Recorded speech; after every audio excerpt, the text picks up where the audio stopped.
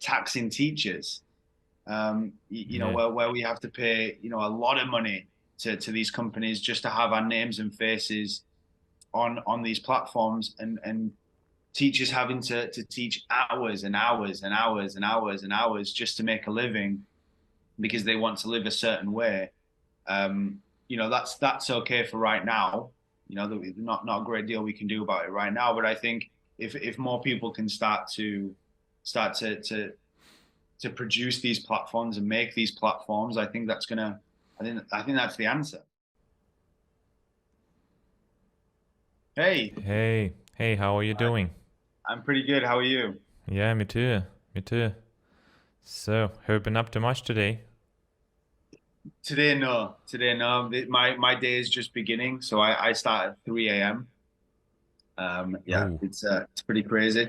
And then I actually start work at 4 a.m. But I finish kind of early, so it's not too bad. But what about you? What have you been doing? oh, yeah. I've been having classes, and well, not much to be honest. So my day starts at 9 o'clock, I would say. But yeah, it's not as crazy. So, uh, yeah. How do you cope with this kind of pressure, like working at 3 a.m. in the So it's morning? just started.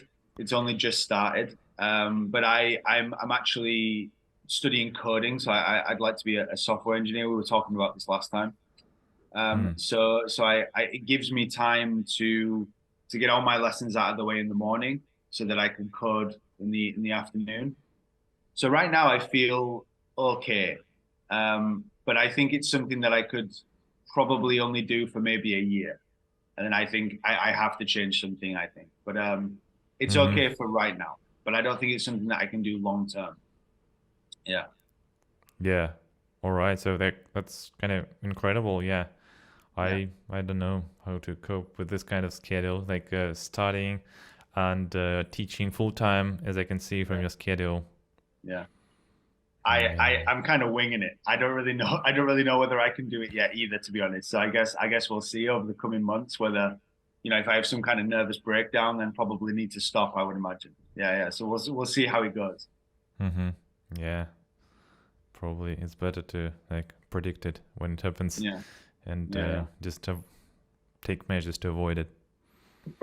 And Mm-hmm. and I'm curious about your day. So what how many lessons do you have, and so what does your day typically look like? Oh, to be honest, like now the website I'm taking students from is booming, and Well, I'm getting a lot of students right now. yeah. Or apart from that, my day just consists of learning languages, Turkish and English, when I have Mhm. time again, and maybe Yeah. making content. Yeah, Okay. like the one I'm making right now, Yeah, yeah, for sure. Yeah. example, just calling different teachers Uh-huh. or and having conversations with them, and maybe Yeah. just learning by myself, watching videos, trying to shadow what people say on YouTube, and maybe just experimenting with different accents Mhm. and just learning new words because just yeah, there are a lot of situations I feel very uncomfortable in because I simply don't have vocabulary to express myself. As easy as that. Yeah, I mean that's the whole thing that you've got going on. I think I think it's really really cool. And so how is the YouTube thing going? By the way, thank you very much for doing this. That's super kind. So this is awesome. My first ever interview or whatever this is podcast. It's really cool. Yeah. Yeah, it's very And kind of you to come. Thank you. yeah, I mean, honestly, my pleasure. And so what is how is the YouTube thing going? Mm. What made you want to do this? To be honest, it's just fascination with YouTube Yeah, okay. itself Yeah. because I fell in love with the platform. Hmm. And I know there is a lot of critique towards YouTube and how it treats creators and its marketing strategy. But I think it gives incredible opportunity for people to learn. And if you know how to work with the algorithm, and if you know how to teach algorithm to recommend you stuff that you all really need in your life, I think it might be just one of the greatest inventions of recent times.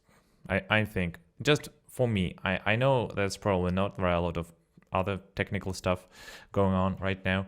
But I mean, just for daily life, I think that's absolutely phenomenal. And I got very involved in just listening to podcasts of other people, just Joe Rogan's, of course, and Kris Williamson, Modern Wisdom podcast. I was pretty fascinated about it as well. Oh, and I don't know. I just started to kind of mimic them in my mind first, and then I thought that I've got so many teachers. Why not just creating content with them, and maybe just give them how to say, like just tell people about my teachers, and maybe give them a link to their profile so they can study with them. For example, some people might like the way you talk and your thoughts, and they might end up being a student. But unfortunately, I don't have a lot of subscribers at the moment. It's like 22.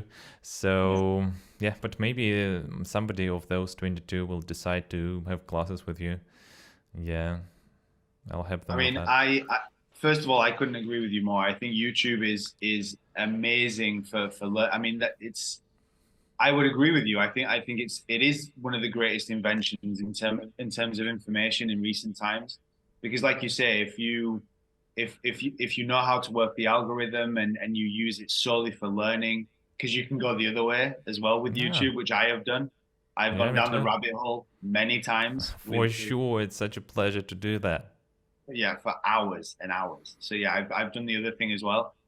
But yeah, now that I'm focusing solely on learning something, it is amazing. And like you say, the podcast, I love podcasts. I recently watched one with Jordan Peterson, who's an intellectual hero of mine, and Hmm. he was talking to the president of Israel on a Hmm. podcast, and you could listen to it for free.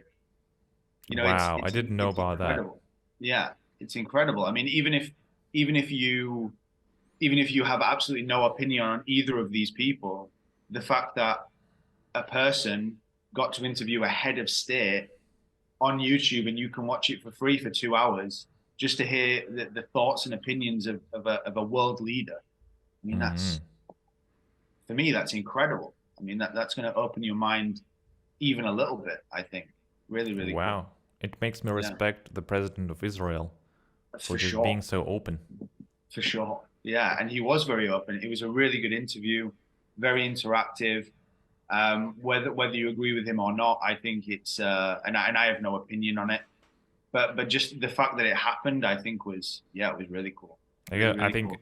that might be very risky, right? So just I would imagine for a so, politician, you know. for sure. Uh, Yeah, but again, it shows his authenticity, or at least his yeah, ability to express himself just in a completely just unedited way. You know, there is yeah, no like live yeah, um, without any scripts. Yeah, yeah. yeah, Really, really brave. I you got to mean, you be don't see it. either really really prepared, or you've got to really stand behind what you say. Yeah, and I think he did. I think that was why. I mean, yeah, he did. The things that he was saying, he obviously believed, and very, very brave. I mean, like you say, that I've never seen that before. I've never seen that before, and I think there are usually, obviously heads of states have done interviews before, but they've done them on maybe like TV channels, or maybe they're quite scripted, or maybe they're prepared for, or I don't know. But to do it on YouTube is cool. So yeah, I agree with you. I think to learn something on YouTube, and to open your mind a little bit, I think it's amazing. I use it every single day, every day. Hmm. Yeah. Yeah. Could you tell me a little bit about your software developer career that you want to pursue? In which Yeah. sphere do you want to go? Which So career path? yeah, so I love teaching. I come from a family of teachers. My brother's a teacher. My brother's wife's a teacher. And my mum, she teaches nurses as well. She's been a nurse her entire life. So I love teaching. I love teaching, especially in classrooms, the energy of it, and yeah.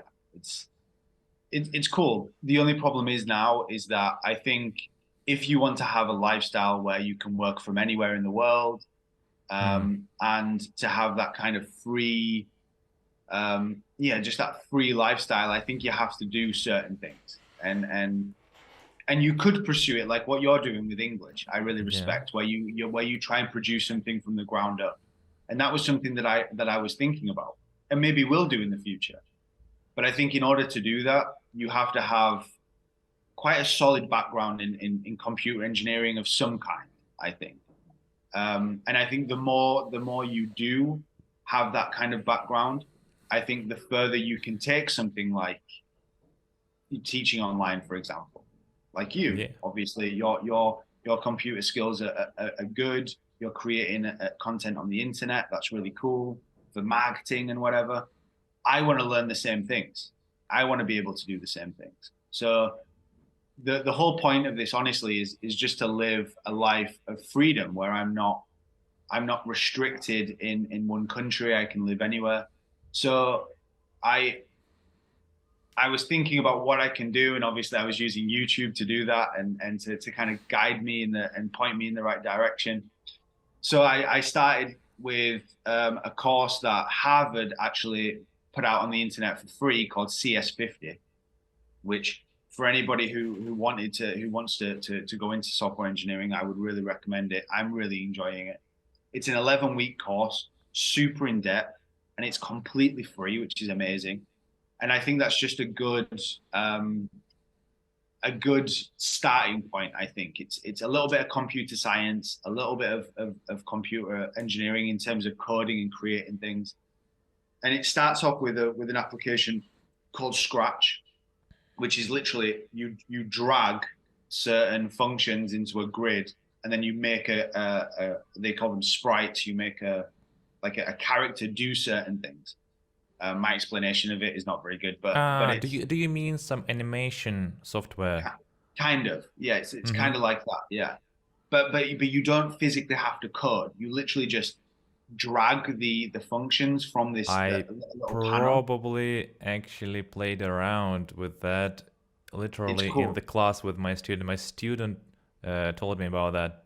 He showed It's me that. really cool. Yeah, Yeah. probably if it's not that, it's just some kind of alternative to that. I know what you Yeah, mean. Like yeah, I think it's an incredible way to get into the coding. Yeah. me too. Me too. And it's really accessible. And it's great for kids and it's great for adults too, because you can make it as easy or as complicated as you like. I mean, yesterday I created a snake game. It took me like 3 hours, 4 hours. I created this snake game. I used to love playing Snake when I was a kid, where the snake goes around the screen and you have to eat the whatever, and the snake gets bigger, and you can't touch the sides and stuff, otherwise you die. So I created that yesterday, which was really cool. And now I'm going to move on to C, and then eventually onto Python. Hmm. And I just want to get really good in one language, and then try and get a job, hopefully this year, maybe the back end of this year, maybe, or I don't know, maybe the beginning of next year. And honestly, I would do anything in the tech sphere. My wife's a data analyst, and she got that job from scratch as well. So she's kind of my torch, I suppose. Where I'm kind of aiming where she was aiming, and trying to replicate what she replicated. She's far more intelligent than I am, unfortunately, but I think with a little bit, maybe a little bit more practice, I can get there as well. So honestly, data analyst or computer engineer, whatever it is, and then in the future, I'd love to start my own teaching platform. Wow, For we need that. yeah, We need a fair, just not unbiased, but I would say platform that minimizes the how to say where people can get teachers for as least money as possible, and yeah, yes, and where teachers get I don't know, the least commission possible, and the most freedom, where yeah. exploitation is just down to an absolute minimum.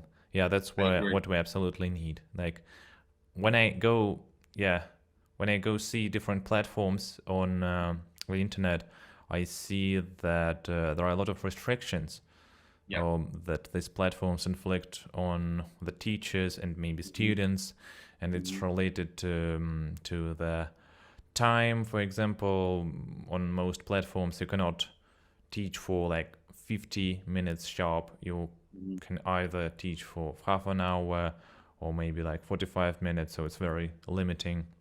Mhm. Also, for example, the way you want to record the video might be very restrictive as well. For example, no more than 1 minute, or for Yes. example, you should say this and that.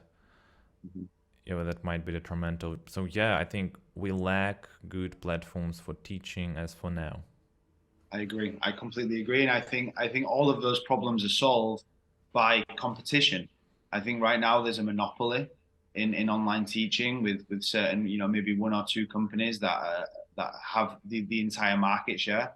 And I Yeah, think when if people can start to produce more and more online teaching platforms and spread the market a little bit more, I think that's going to improve things like that and things like taxing teachers, yeah, where we have to pay, a lot of money to these companies just to have our names and faces on these platforms, and teachers having to teach hours and hours and hours and hours and hours just to make a living because they want to live a certain way. That's okay for right now. Not a great deal we can do about it right now, but I think if more people can start to produce these platforms and make these platforms, I think that's the answer. I think that's the answer. yeah, So yeah. And also the fact that you're a teacher can make these platforms even better, because I think yes, platforms that exist now are probably not created by teachers. At no, least, no, like, that would be really weird to know that they are, because I think they are not really catered to this kind of this group of people, like teachers. I mean, no, no. And I think because it's a new idea. I think it's a new way of learning English. I think it's innovative. And I agree with it. I think it's great, especially for adults. I think it's amazing for adults, people who are busy. And I think it's the best way, the most natural way of learning a language. I think it's an amazing concept, an amazing idea. And the fact that it exists, I think, is a good thing, a really really good thing. I think it could. I think it just needs improving, and I think that will yeah, happen. Of course, that will happen. If there's anything that humans can do, it's innovate.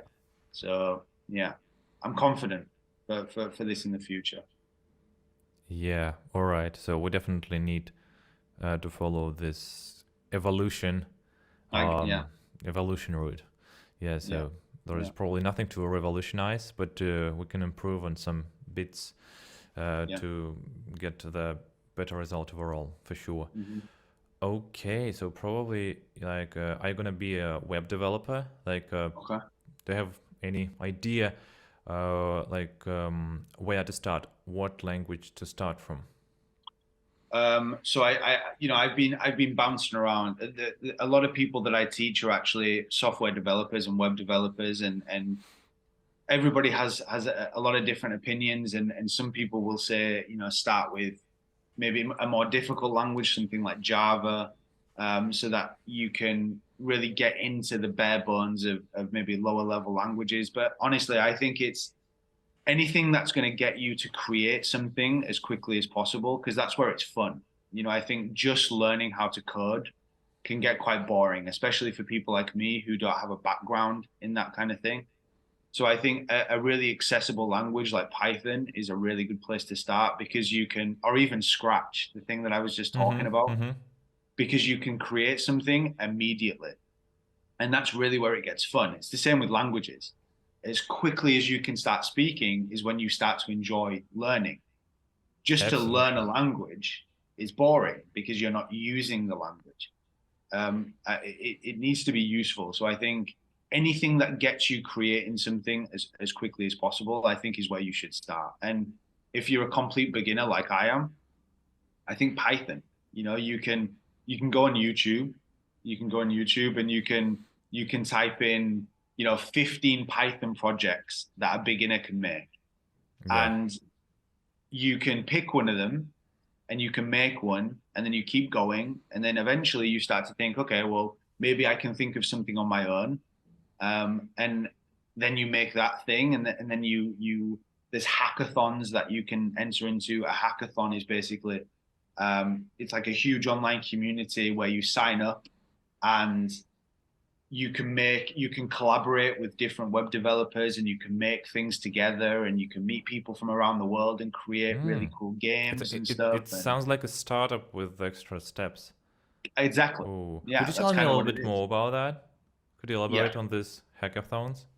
So yeah, these hackathons, you can do them in person. That's probably better to do them in person. They're really popular, I think, in America. But you can do virtual ones too. So, for example, I live in Mexico right now, and I don't know of any hackathons in Mexico. Maybe they do exist. I haven't researched it. It's a new thing for me as well. But I think what it is it's something that it's almost like a marathon, but for web developers. So for any enthusiastic runner, I guess the goal would be to do a marathon, so that they can really test their skills, and they can run with other people. There's a little bit of competition, and it makes it more fun. I think it gets you out of bed in the morning to want to train and get Yeah. better.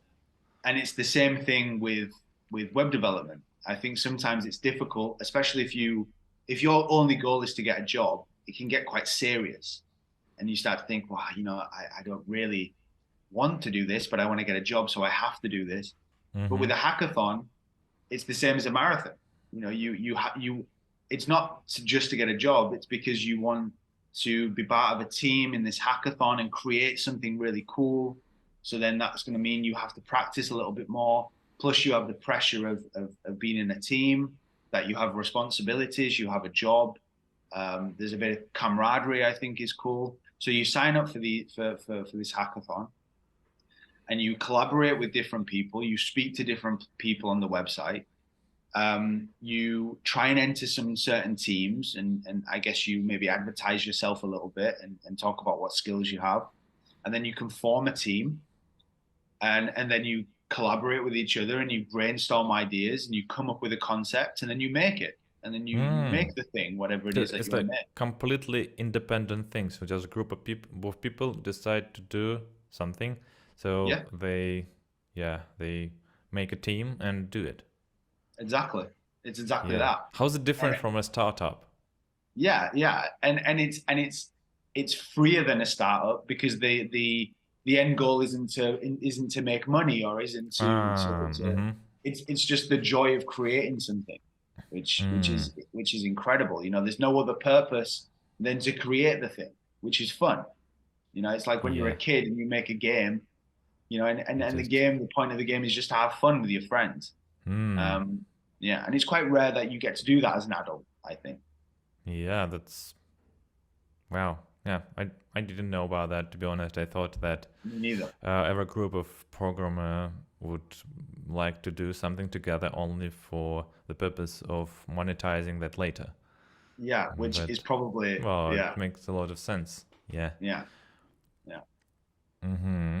Okay, really and cool. they kind of boost their portfolios by doing that, Exactly. right? Yeah, and you learn how to, because I think in a lot of companies you're going to have to work in a team of coders, of software engineers.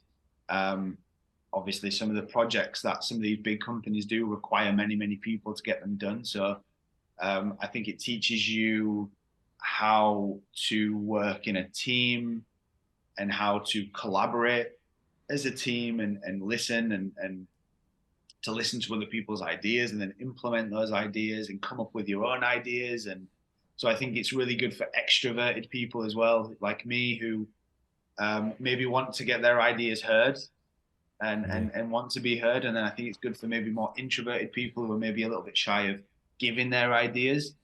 So I think it probably brings together different personalities, which is really cool. I think people probably create some really cool things on in these hackathons, I would imagine. Mm. Mm. And they also contribute to the how's it called, like free software. Hmm. Oh, there's a name for it. Yeah, the open source and Open stuff, source, and exactly. Yeah. exactly, yeah, which is amazing. You can create so much stuff. Um, I'm really excited for the future. Really excited for something that I've never thought that I would want to do, and now that I do it, it's amazing.